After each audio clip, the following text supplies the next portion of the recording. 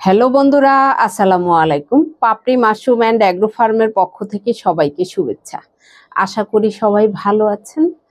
আমার বেশ কয়েকজন শ্রদ্ধেয় উদ্যোক্তা জানতে চেয়েছেন যে ওয়েদারটা একদম নর্মাল, তাপমাত্রা খুবই স্বাভাবিক আছে, মাশরুমের জন্য খুবই উপকারী এবং সহনীয় স্বাভাবিক তাপমাত্রায় আছে, রোদ নেই, বেশ সুন্দর একটা ওয়েদার। তো সেক্ষেত্রে আসলে মাশরুমে পানি কতবার দিব এবং কিভাবে দিব, আসলে আপনাকে খেয়াল করতে হবে মাশরুমে আপনি যে পানিটা দিবেন সে পানিটা বড় পাতাতে আপনি কম দিবেন। এটা আপনাকে বুঝে দিতে হবে যে বড় পাতাতে পানি এমন হতে পারে নাও লাগতে পারে, কিন্তু যদি আপনি পিন হেডে পানি স্প্রে না করেন সেক্ষেত্রে কিন্তু আপনার মাশরুমের গ্রোথ ভালো আসবে না।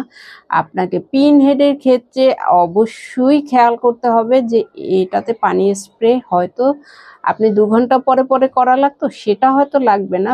মিনিমাম 3 বার যদি আপনি না করেন পিন হেডগুলোতে, সেক্ষেত্রে আপনি ওজনের দিক থেকে সফল হবেন না, ওজনে হালকা হবে এবং গ্রোথ ভালো হবে না।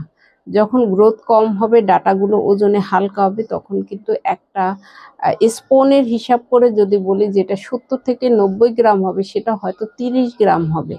তাহলে একটা স্পুনের ফলন যদি এতটা পার্থক্য হয়, তো সেক্ষেত্রে আপনার অনেকগুলো যখন প্রোডাকশন হবে, উৎপাদন কোথায় নেমে যাবে। আপনাকে খেয়াল রাখতে হবে ওয়েদার যতই নর্মাল থাকুক না কেন, পিন হেডের ক্ষেত্রে আপনাকে অবশ্যই পানি স্প্রে করতে হবে সঠিক ফলন পেতে হলে। এই বিষয়টাতে কোনো গাফিলতি করা যাবে না। যদি আপনি পানি না দেন, পানি স্প্রে না করেন, সেক্ষেত্রে এমনও হতে পারে শুকিয়ে ঝরে যেতে পারে, কারণ পিন হেডের ক্ষেত্রে কোনো কম্প্রোমাইজ করা যাবে না। তবে বড় পাতাগুলোতে আপনাকে বুঝে স্প্রে করতে হবে। সেটা হতে পারে যে সেলুনে যে টাইপের স্প্রে ব্যবহার করা হয় অথবা গাছের যে টাইপের স্প্রে ব্যবহার করা হয়, কম পরিমাণে স্প্রে করে যে কুয়াশা আকারে, সেই কুয়াশা আকারে পানিটা স্প্রে করতে পারেন, তাহলে অবশ্যই আপনি সফলভাবে মাশরুম চাষে দক্ষতা অর্জন করতে পারবেন। কারণ ওজনে যদি আপনি সঠিক না হন, আপনি কখনোই মাশরুম চাষে আপনি স্থায়ী হতে পারবেন না। লাভ তো অনেক পরের কথা, আপনি লস গুনতে গুনতে আপনি দেখবেন যে টাকা ইনভেস্ট করেছেন সে টাকা উঠছে না, তাহলে কি লস না? অবশ্যই লস। আপনাকে লাভবান হতে হলে অবশ্যই ওজন কতটুকু হওয়া উচিত এবং কতটুকু ময়শ্চারাইজার থাকা উচিত সেই বিষয়ে অবশ্যই দক্ষতা অর্জন করতে হবে।